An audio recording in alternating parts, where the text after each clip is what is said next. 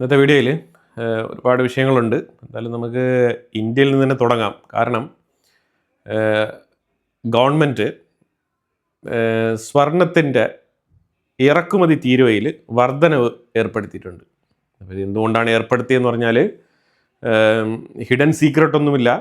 അതായത് ഡൊമസ്റ്റിക് സ്വർണം ഇപ്പം അതായത് ഇന്ത്യക്കുള്ളിൽ നമ്മൾ ഇറക്കുമതി ചെയ്ത് ഓൾറെഡി സ്റ്റോക്കിൽ വെച്ചിരിക്കുന്ന സ്വർണം നമ്മൾ ഉപയോഗിക്കാനും, അതായത് ഈ സ്വർണ്ണക്കടകളുമായിട്ട് ബന്ധപ്പെട്ട് നിലവിൽ എത്രത്തോളം സ്റ്റോക്ക് ഉണ്ടോ അത് ഇൻറ്റർനലി സർക്കുലേറ്റ് ചെയ്യട്ടെ, വ്യാപാരം ഡൊമസ്റ്റിക്കലി നടക്കട്ടെ, തീരുവ വർദ്ധിപ്പിക്കുന്നതിലൂടെ ആ ഇറക്കുമതി കുറച്ച് ഡിലേ ചെയ്യാൻ വേണ്ടിയിട്ടാണ്. കാരണം അത്രയ്ക്ക് അത്യാവശ്യമുള്ളവർ മാത്രം ഇറക്കുമതി ചെയ്താൽ മതി, ആ ഒരു അവസ്ഥയിലേക്ക് എത്തിപ്പെട്ടിരിക്കുകയാണ്. അതിന് പ്രധാനമായിട്ട് 2-3 കാര്യങ്ങളൊക്കെ പറയപ്പെടുന്നുണ്ട്. RBIയുടെ സൈഡിൽ നിന്നുള്ള വിശദീകരണങ്ങൾ എന്താണെന്ന് പറഞ്ഞാൽ, RBI കുറച്ച് നാൾക്ക് മുമ്പ് വരെ, അതായത് കഴിഞ്ഞ 2 വർഷങ്ങളായിട്ട് ഗോൾഡ് സോവറിൻ ബോണ്ട് വിറ്റഴിക്കുമായിരുന്നു. അതിൽ ഏതാണ്ട് 132 ടൺ ഗോൾഡ് ഈ സോവറിൻ ബോണ്ട് വഴി വിറ്റഴിച്ചിട്ടുണ്ട്. അപ്പോൾ അതിൻ്റെ റിട്ടേൺസ്, അന്ന് സോവറിൻ ബോണ്ട് വിറ്റിരുന്ന സമയത്തുള്ള സ്വർണത്തിൻ്റെ വിലയല്ല ഇന്ന് വില നല്ല രീതിയിൽ കൂടിയിട്ടുണ്ട്. അപ്പോൾ അതുകൊണ്ട് തന്നെ ഈ ബോണ്ടിലേക്ക് നിക്ഷേപം നടത്തിയിരിക്കുന്നവർക്ക് കൊടുക്കേണ്ട റിട്ടേൺസ് അതിലും വ്യത്യാസം വന്നിട്ടുണ്ട്. റിട്ടേൺ കൊടുക്കേണ്ട ആ ഒരു വിഹിതത്തിൽ വലിയ രീതിയിലുള്ള വ്യത്യാസമാണ് വന്നിരിക്കുന്നത്.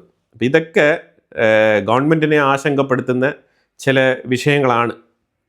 അതുകൊണ്ടാണ് കൃത്യമായിട്ട് ഗോൾഡിൽ തന്നെ കയറി പിടിക്കാമെന്ന് തീരുമാനിച്ചത്. കാരണം സ്വർണത്തിലാണ് ഗവൺമെൻറ് ഏറ്റവും ആദ്യം കൈവച്ചിരിക്കുന്നത്. അതിൽ പ്രധാനപ്പെട്ട കാരണമായിട്ട് മനസ്സിലാക്കാൻ പറ്റുന്നത്, ഗവൺമെൻറ് സൈഡിൽ നിന്ന് പറയുന്ന എക്സ്പ്ലനേഷൻ എന്താണെന്ന് പറഞ്ഞാൽ, സ്വർണം അരിയല്ലല്ലോ, സ്വർണ്ണമില്ലാതെയും ജീവിക്കാം മനുഷ്യന്. അപ്പോൾ അതുകൊണ്ടാണ് സ്വർണം പ്രിഫർ ചെയ്തിരിക്കുന്നത്. അപ്പോൾ ഈ സ്വർണം വാങ്ങുന്നതിലൂടെയാണ് ഏറ്റവും കൂടുതൽ ഫോറിൻ കറൻസി എക്സ്ചേഞ്ച് ചെയ്യപ്പെടുന്നത്.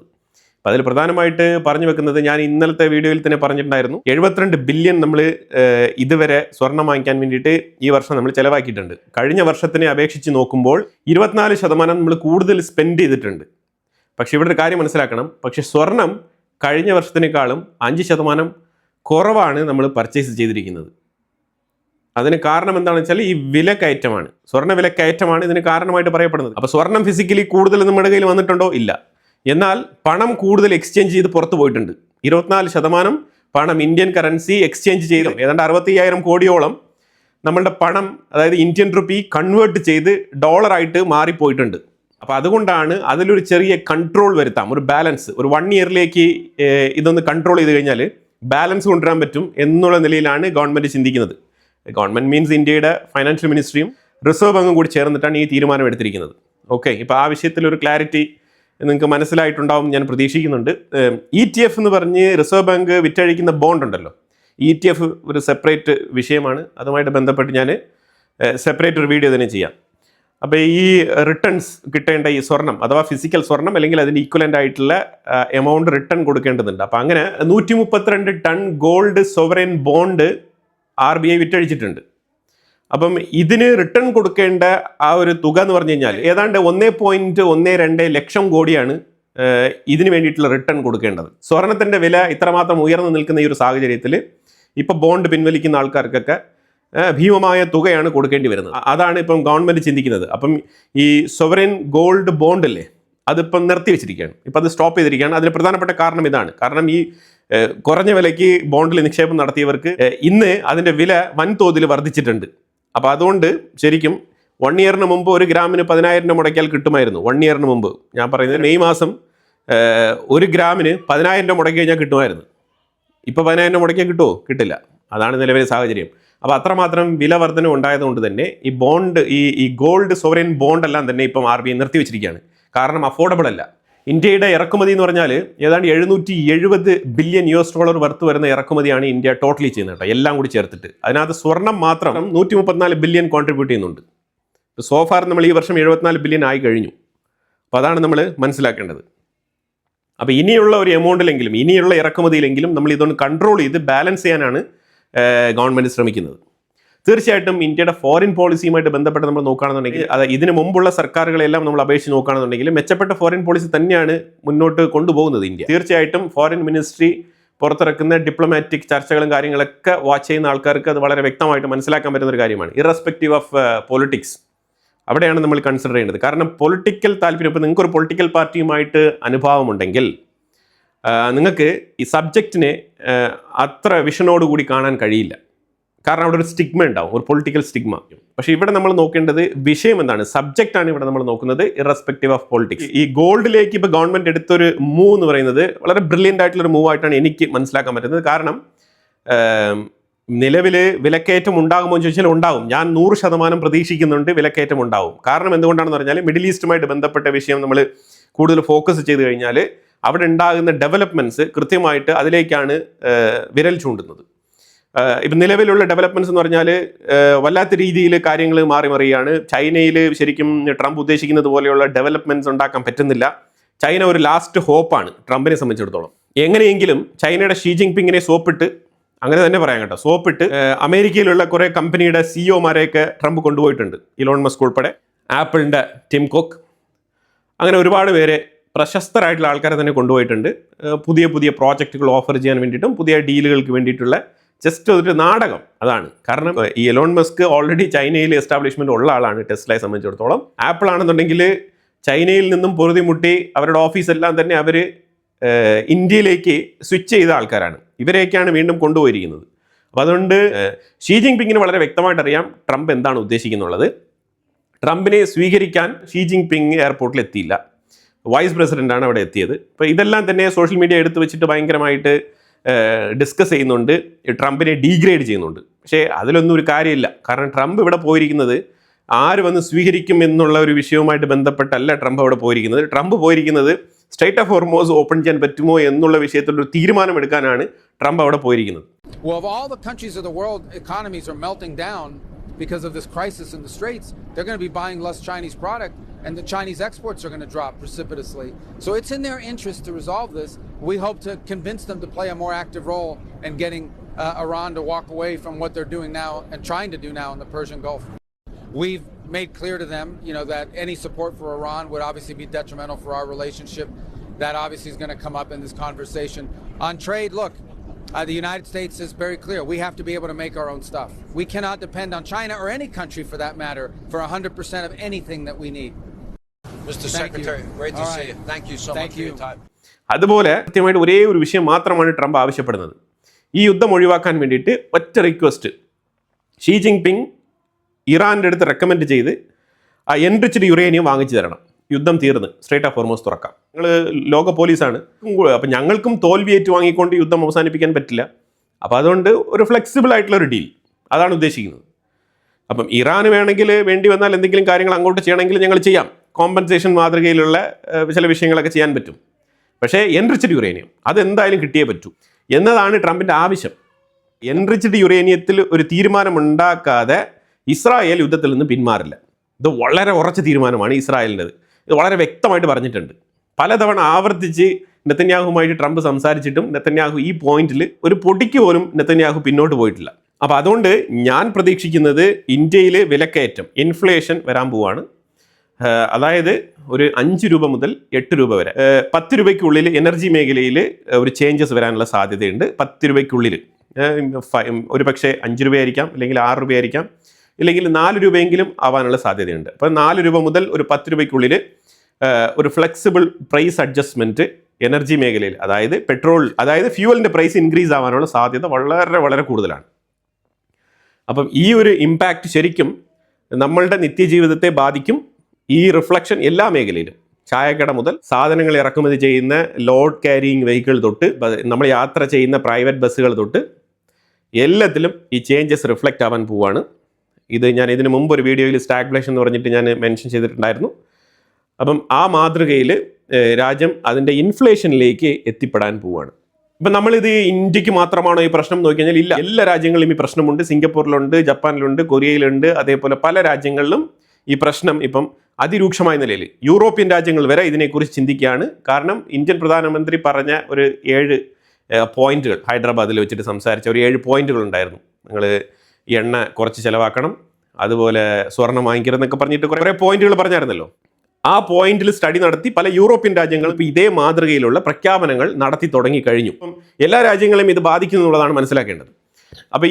അപ്പോൾ പരമാവധി യുദ്ധം വീണ്ടും തുടങ്ങാതിരിക്കാൻ എന്തൊക്കെ മാർഗങ്ങൾ സ്വീകരിക്കാൻ പറ്റും എന്നുള്ള നിലയിലാണ് ട്രംപ് ചിന്തിക്കുന്നത്. അതുകൊണ്ടാണ് ചൈന എടുത്ത് ഷീ ജിൻപിങ്ങിൻ്റെ അടുത്ത് പോയി നിൽക്കുന്നത്.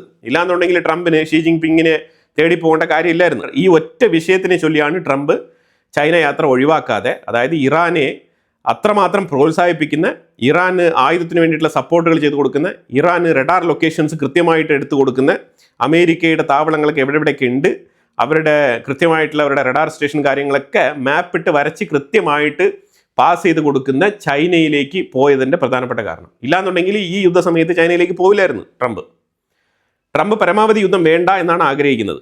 അപ്പം നിങ്ങളുടെ ഹോം ബഡ്ജറ്റ് കുറച്ച് കരുതലോടുകൂടി നിങ്ങൾ ചിലവാക്കുക.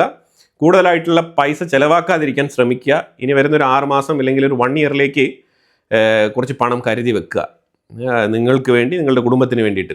കാരണം ക്രൈസിസ് വന്നു കഴിഞ്ഞാൽ പിന്നെ 10 പൈസ ആരെന്ന് ചോദിച്ചാൽ പോലും കിട്ടത്തില്ല. അപ്പോൾ അതുകൊണ്ട് കരുതലോടുകൂടി ചിലവാക്കുക. ഓരോ പൈസയും നിങ്ങൾ എണ്ണി തിട്ടപ്പെടുത്തി ചിലവാക്കാൻ ശ്രമിക്കുന്നത് നന്നായിരിക്കും. പല സാഹചര്യങ്ങളിലും ഗവൺമെൻറ്റിൻ്റെ സൈഡിൽ നിന്നും ഇത്തരം മുന്നറിയിപ്പുകളൊന്നും വരാറില്ല. പക്ഷേ എന്തോ ഈ ഗവൺമെൻറ്റിൻ്റെ സൈഡിൽ നിന്ന് ഇങ്ങനെ ഒരു മുന്നറിയിപ്പ് കിട്ടിയിട്ടുണ്ട്.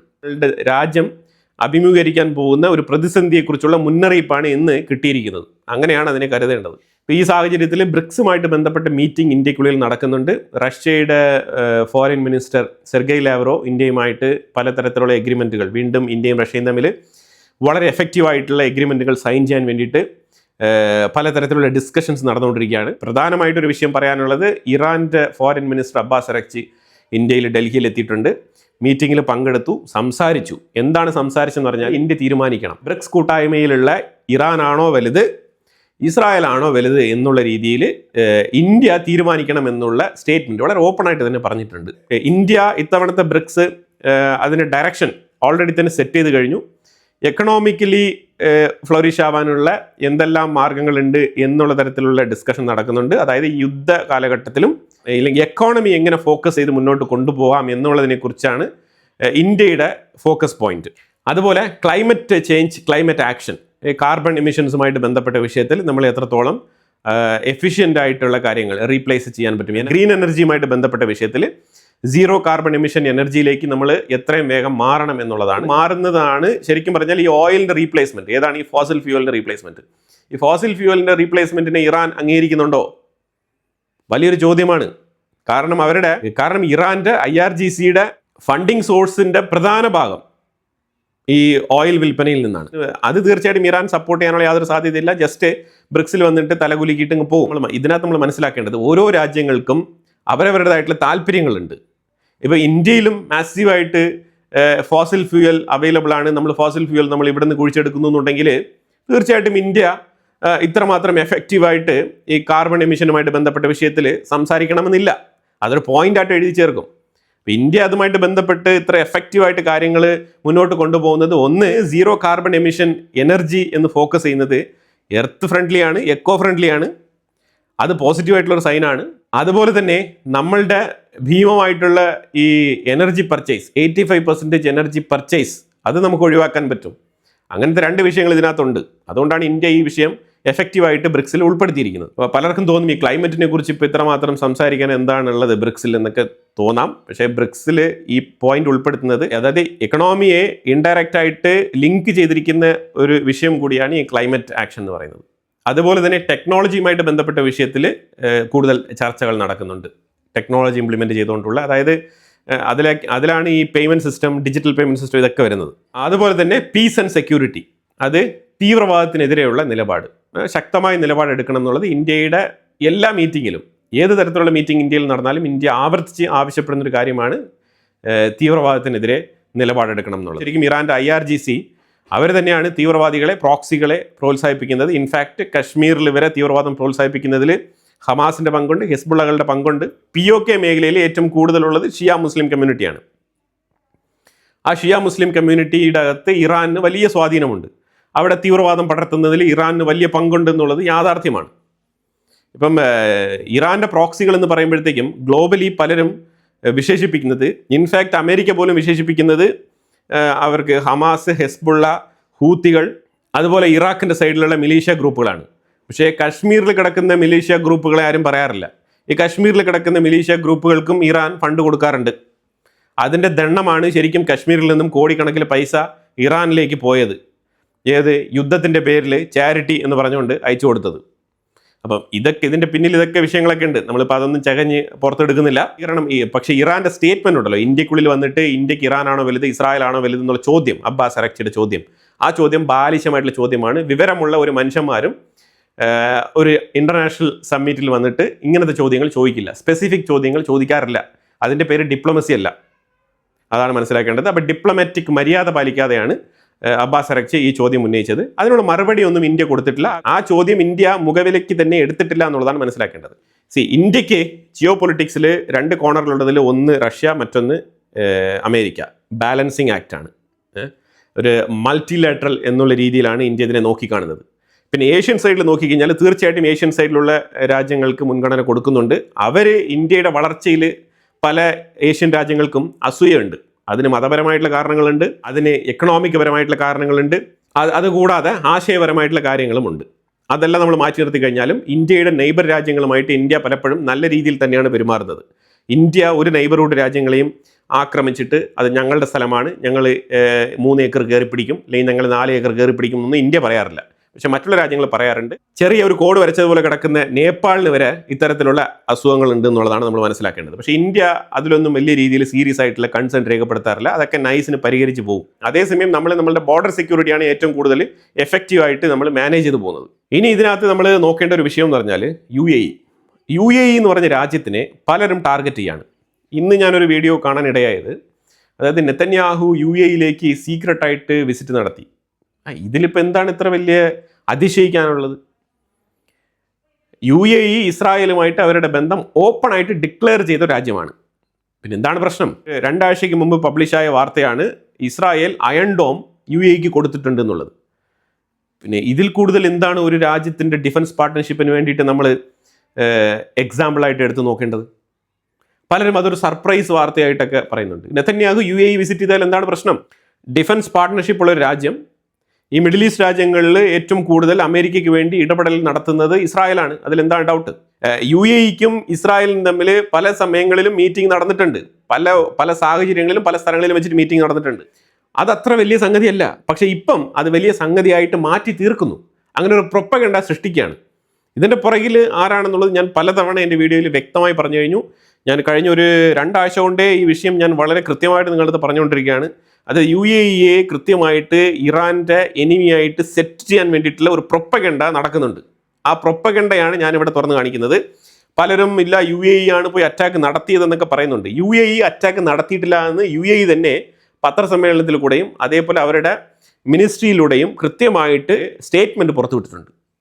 അത് യു എ ഇ ഇത്തരത്തിലുള്ള ആക്രമണങ്ങളൊന്നും ചെയ്തിട്ടില്ല എന്നുള്ളതാണ്.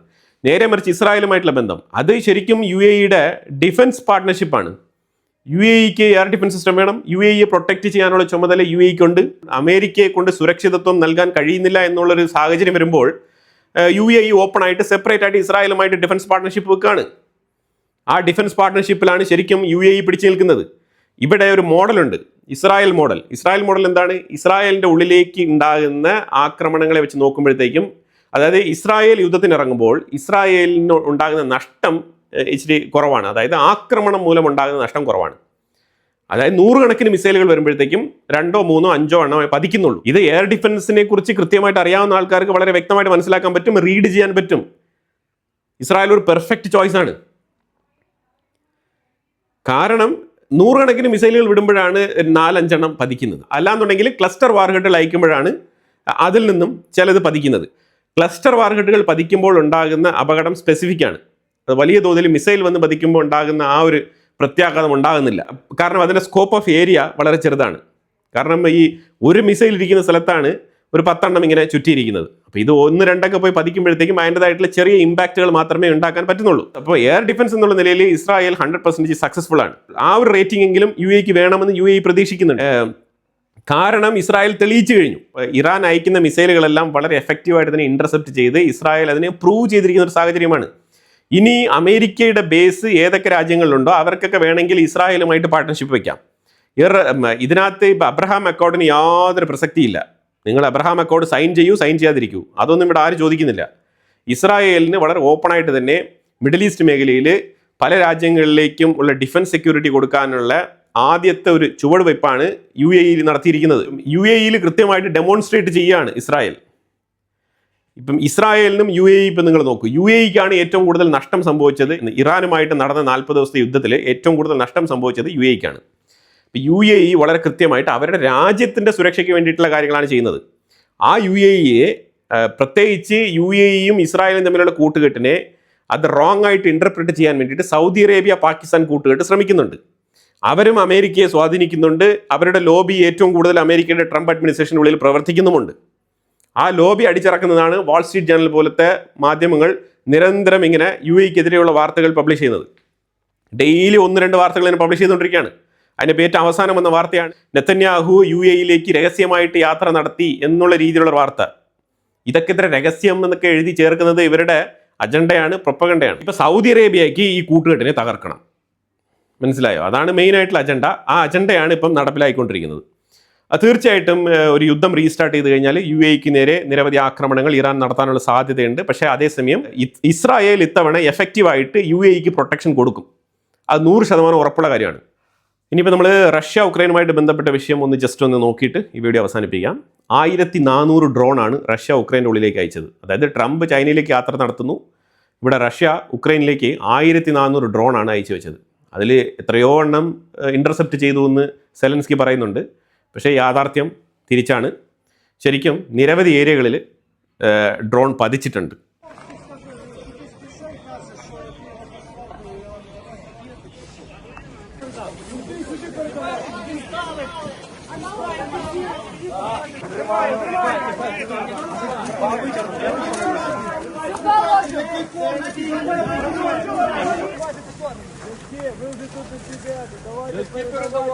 Давайте, попытай, хлопці, ви що?